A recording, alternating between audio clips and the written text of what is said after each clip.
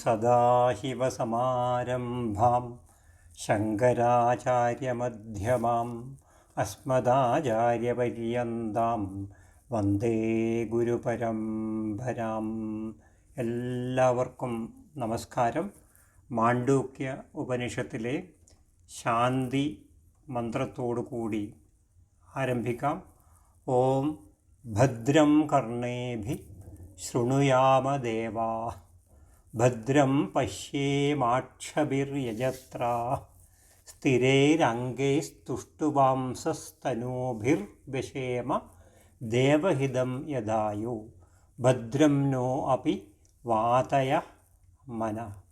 ഓം ശാന്തി ശാന്തി ശാന്തി. പ്രശ്നോപനിഷത്തിലെ ശാന്തി മന്ത്രവും ഇത് തന്നെയാണ്. ഞങ്ങൾക്ക് നല്ല വാക്കുകൾ കേൾക്കാനും നല്ല കാഴ്ചകൾ കാണാനും സാധിക്കട്ടെ. യാതൊരു രോഗവും ഇല്ലാതെ ബുദ്ധിമുട്ടുകളും ഇല്ലാത്ത ശരീരത്തോടെ ഈ ആയുഷ്കാലം മുഴുവൻ, ഭഗവാൻ തന്ന ആയുഷ്കാലം മുഴുവൻ ഈശ്വരനെ സ്തുതിച്ച് മുന്നേറാൻ സാധിക്കട്ടെ എന്നാണ് ഈ ശാന്തി മന്ത്രത്തിൻ്റെ അർത്ഥം. മാണ്ഡൂക്യ ഉപനിഷത്തിലെ ഈ ശാന്തി മന്ത്രത്തോടു കൂടി ആണ് ഉപനിഷത്ത് ആരംഭിക്കുന്നത്. അതിനുശേഷം ഒന്നാമത്തെ മന്ത്രത്തിൽ മുൻപേ പറഞ്ഞതുപോലെ ഓം എന്ന അക്ഷരത്തിൻ്റെ മഹത്വത്തെ വ്യാഖ്യാനിച്ചുകൊണ്ടാണ് തുടങ്ങുന്നത്. ഹരി ഓം. ഓം ഇത്യേതദക്ഷരമിദം സർവം തസ്യോപവ്യാഖ്യാനം ഭൂതം ഭവത് ഭവിഷ്യതി ഭവിഷ്യത് ഇതി സർവം ഓങ്കാര ഏവ യച്ഛാന്യത് ത്രികാലാതീതം തദപ്യോങ്കാര ഏവ. ഇദം സർവം, ഇതെല്ലാം, ഓം ഇതി ഏതത്, ഓം എന്നുള്ള അക്ഷരമാകുന്നു. തസ്യ, അതിൻ്റെ പരാപരബ്രഹ്മസ്വരൂപമായ ഓങ്കാരത്തിൻ്റെ ഉപവ്യാഖ്യാനം, ബ്രഹ്മത്തോട് അടുപ്പിച്ചുള്ള സ്പഷ്ടമായ വ്യാഖ്യാനം, കഥനം, പ്രസ്തുതം, ആരംഭിക്കപ്പെടുന്നു, പ്രസ്തുതമായിരിക്കുന്നു. ഭൂതം എന്ന് പറഞ്ഞാൽ ഭൂതകാലം കഴിഞ്ഞത്, ഭവത് എന്ന് പറഞ്ഞാൽ ഇപ്പോൾ ഭവിക്കുന്നത്, വർത്തമാനകാലം ഇപ്പോൾ നടക്കുന്നത്, ഭവിഷ്യത് എന്ന് പറഞ്ഞാൽ ഭവിഷ്യകാലം, വരുവാൻ പോകുന്ന ഭാവി കാലം, ഇതി എന്നുള്ള സർവം എല്ലാം ഓങ്കാരം ഏവ, ഓങ്കാരം തന്നെയാകുന്നു. ത്രികാലാതീതം, മൂന്ന് കാലത്തെയും അതിക്രമിച്ചതായി, കാലത്രയത്തെ അതിക്രമിച്ചതായി, അന്യച്ഛ, അതിന് മുകളിലായി വേറെ എന്തെങ്കിലും, യത്ത് യാതൊന്നുണ്ടോ, തത് അപി, അതും ഓങ്കാര ഏവ, ഓങ്കാരം തന്നെ. വാക്കുകൊണ്ട് പറയപ്പെടുന്ന അഭിധേയമായിട്ടുള്ള സർവവസ്തുവും അഭിധാന രൂപമാകുന്നു. എന്തെന്നാൽ അഭിധാനത്തിൽ നിന്ന് വേറെയായി അഭിധേയം ഇല്ല. അഭിധാനം എല്ലാം ഓങ്കാര രൂപമാണ്.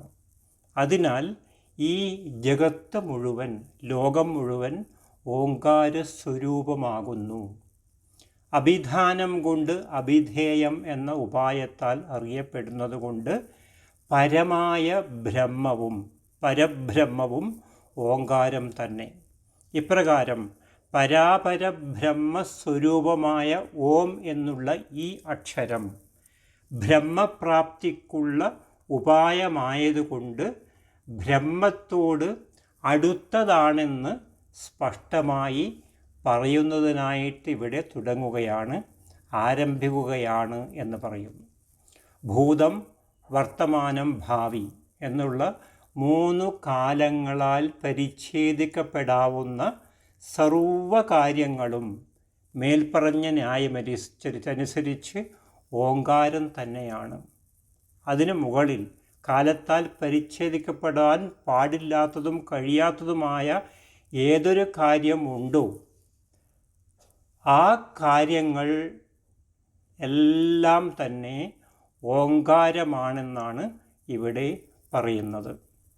ഇവിടെ അഭിധാനവും അഭിധേയവും, നമ്മൾ വാക്കുകൾ പറയപ്പെടുന്നതും പറയപ്പെടാത്തതുമായ നിത്യവുമായ കാര്യങ്ങൾ, അവിടെ അഭിധാനത്തെ പ്രധാനമാക്കിയാണ് മുമ്പ് ഇതെല്ലാം ഓം എന്നുള്ള അക്ഷരമാണെന്ന് നിർദ്ദേശിച്ചത്. അഭിധാനത്തെ പ്രധാനമാക്കി നിർദ്ദേശിച്ചതിനെ അഭിധേയത്തെ പ്രധാനമാക്കി വീണ്ടും നിർദ്ദേശിക്കുന്നതായാൽ അഭിധാനവും അഭിധേയവും, പറയപ്പെടാത്തതും പറയപ്പെടുന്നതും സ്ഥിരമായിട്ടുള്ളത്, നമ്മൾ പറയുന്നതും സ്ഥിരമായിട്ടുള്ളതും അതിനെ മനസ്സിലാക്കാൻ എളുപ്പമുണ്ട്. അല്ലാത്തത് അഭിധേയത്തെ അറിയുന്നത് അഭിധാനം വഴിയാകയാൽ അഭിധേയം അഭിധാനം തന്നെ എന്ന് പറഞ്ഞത് ഗൗണമായിരിക്കുമോ പ്രാധാന്യമില്ലാതായിരിക്കുമോ എന്ന് ആശങ്ക ഉണ്ടാവാം.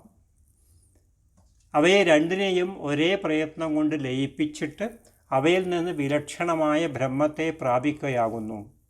അഭിധാന അഭിധേയങ്ങൾ പരസ്പരം അഭിന്നങ്ങളാണെന്ന് ഉപദേശിക്കുന്ന അനുകൂലമായി വാക്യശേഷവുമുണ്ട്.